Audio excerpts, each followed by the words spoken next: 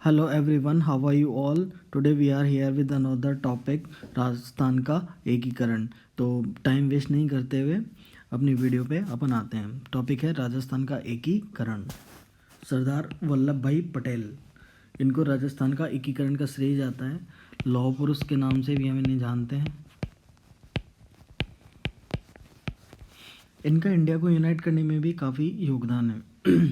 राजस्थान का एकीकरण 7 चरणों में पूरा हुआ है। 18 मार्च 1948 से शुरू होकर 1 नवंबर 1956 को ये पूरा हुआ। 18 मार्च 1948 टू 1 नवंबर 1956। तो ये ड्यूरेशन अगर हम देखें तो 8 ईयर्स 7 मंथ एंड 14 डेज था। अब हम बात करते हैं आज़ादी के समय के राजस्थान की। उस समय राजस्थान में 19 रियासतें थीं, 3 ठिकाने और एक केंद्र शासित प्रदेश अजमेर मारवाड़ था। हाँ जी, अजमेर एक केंद्र शासित प्रदेश था। ठिकाने जो 3 हैं वो हैं लावा, कुशलगढ़ और नीमराना। एकीकरण की प्रक्रिया में शामिल होने वाली पहली रियासत अलवर थी और अंतिम रियासत सिरोही, अजमेर और मेरवाड़ क्षेत्र, ये तीनों एक साथ शामिल हुए थे। तो अंतिम 3 में इन तीनों का नाम आता है। राजस्थान में सबसे पुरानी रियासत जो थी वो मेवाड़ थी और सबसे नई रियासत, उस समय की बात कर रहे हैं हम, आज़ादी के समय की बात कर रहे हैं, उस समय राजस्थान की सबसे पुरानी रियासत मेवाड़ थी और सबसे नई रियासत झालावाड़ थी। क्षेत्रफल की दृष्टि से अगर बात करें तो सबसे बड़ी रियासत जोधपुर थी और सबसे छोटी रियासत जो थी वो शाहपुरा थी। राजस्थान की एकमात्र मुस्लिम रियासत आज़ादी के समय टोंक थी। ठीक है, अब आगे चलते हैं। राजस्थान का एकीकरण 7 चरणों में हुआ, जैसे कि हम आपको बता ही चुके हैं। तो पहले चरण की अगर बात करें तो पहले चरण को मत्स्य संघ नाम दिया गया। 18 मार्च 1948 को ये बना। मत्स्य संघ में अलवर, भरतपुर, धौलपुर, करौली, नीमराना ठिकाना थे।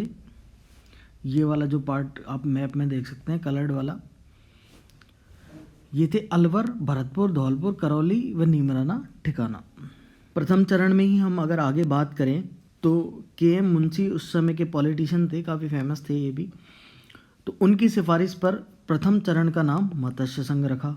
उसके राज प्रमुख उदयभान सिंह थे, वो धौलपुर से थे। राजधानी बनी अलवर। उप राज प्रमुख गणेश पाल देव थे, ये करौली से थे। प्रधानमंत्री शोभाराम कुमावत थे और ये अलवर से थे। अब याद करने के लिए अगर आप देखेंगे तो हर एक जो ठिकाना था या रियासत कह लें, उनसे किसी न किसी को एक एक पद दे दिया गया। उप प्रधानमंत्री की अगर बात करें तो युगल किशोर चतुर्वेदी और गोपीलाल यादव इसके उप प्रधानमंत्री थे। ये हो गया प्रथम चरण।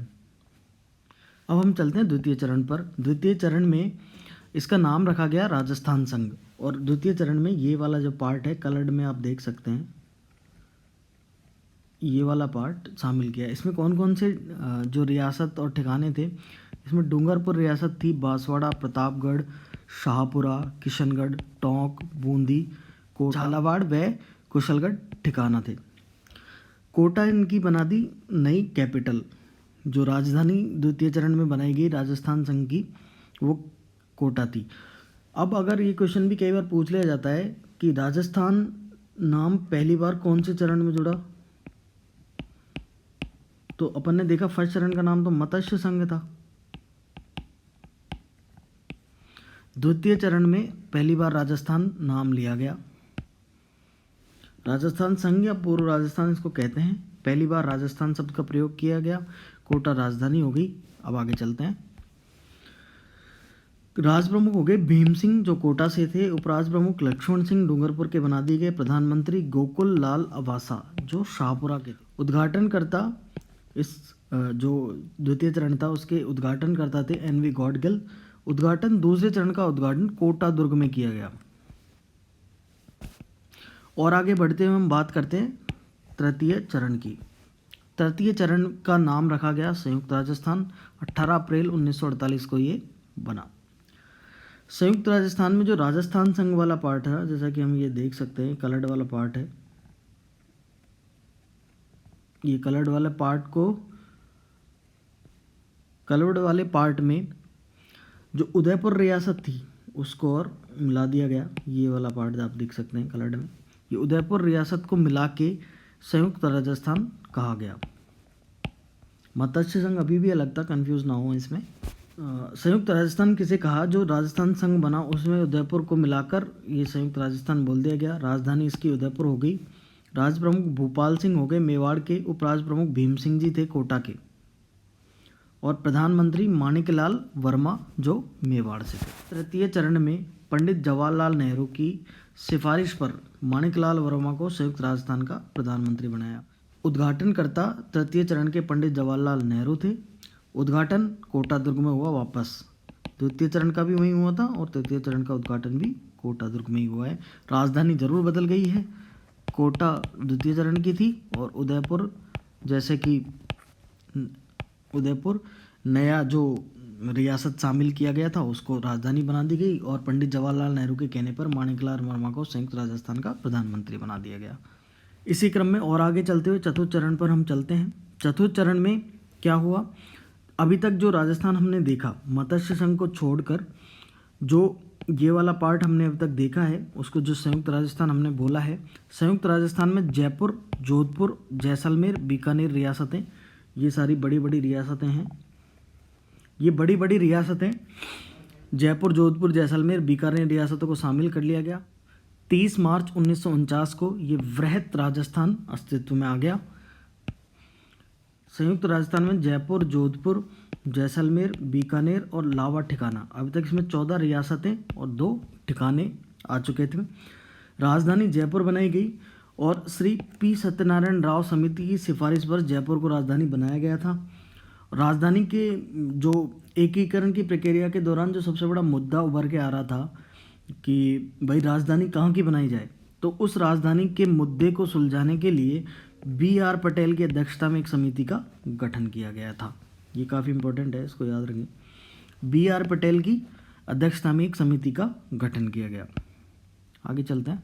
चतुर्थ चरण में हम आगे बात करें तो इसके महाराज प्रमुख थे भोपाल सिंह, राज प्रमुख थे मान सिंह द्वितीय जयपुर से थे, उपराज प्रमुख थे भीम सिंह कोटा से, प्रधानमंत्री हीरालाल शास्त्री जयपुर से थे, उद्घाटनकर्ता थे सरदार वल्लभ भाई पटेल। इसी प्रक्रिया में पांचवें चरण की अब हम बात करते हैं। संयुक्त वृहत राजस्थान इसको नाम दिया गया। जो वृहत राजस्थान था उसमें मत्स्य संघ को भी मिला दिया गया। 15 मई 1949 को यह अस्तित्व में आया। शंकर राव देव समिति की सिफारिश पर मत्स्य संघ को वृहत राजस्थान में मिलाया गया था। वृहत्तर राजस्थान या संयुक्त वृहत राजस्थान कहें, इसमें 18 रियासतें हो गई थी और 3 ठिकाने हो गए थे। संयुक्त वृहत राजस्थान की राजधानी थी जयपुर। महाराज प्रमुख थे भोपाल सिंह जो मेवाड़ के थे, राज प्रमुख मान सिंह द्वितीय थे जयपुर से, प्रधानमंत्री हीरालाल शास्त्री थे और उद्घाटन करता थे सरदार वल्लभ भाई पटेल। चतुर्थ चरण और पंचम चरण में ये सारी समानताएं हैं, ये सेम है, तो आपको आसानी से याद हो सकते हैं। इसी कड़ी में आगे बढ़ते हुए हम षष्ठम चरण की बात करते हैं, यानी कि 6th जो चरण था उसकी बात कर लेते हैं। उसको वापस नाम दे दिया गया राजस्थान संघ, जो कि द्वितीय चरण में दिया गया। 26 जनवरी 1950 को ये चरण समाप्त हुआ। संयुक्त वृहत राजस्थान एवं सिरोही को राजस्थान में शामिल कर लिया गया था। राजस्थान संघ जो कि छठे चरण में अस्तित्व में आया, उसमें वृहत्तर राजस्थान, सिरोही और आबू दिलवाड़ा क्षेत्र थे।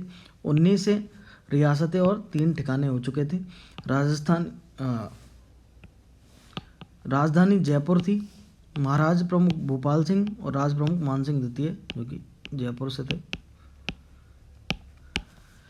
4th, 5th और 6th स्टेज की अगर बात कर ले तो उनमें महाराज प्रमुख भोपाल सिंह, राजधानी जयपुर और राज प्रमुख मान सिंह द्वितीय ही थे। प्रधानमंत्री या मुख्यमंत्री कहें वो हीरालाल शास्त्री थे। 26 जनवरी 1950 को राजस्थान को B श्रेणी में शामिल किया गया। 26 जनवरी 1950 को ही राजपूताना का नाम बदलकर राजस्थान कर दिया गया।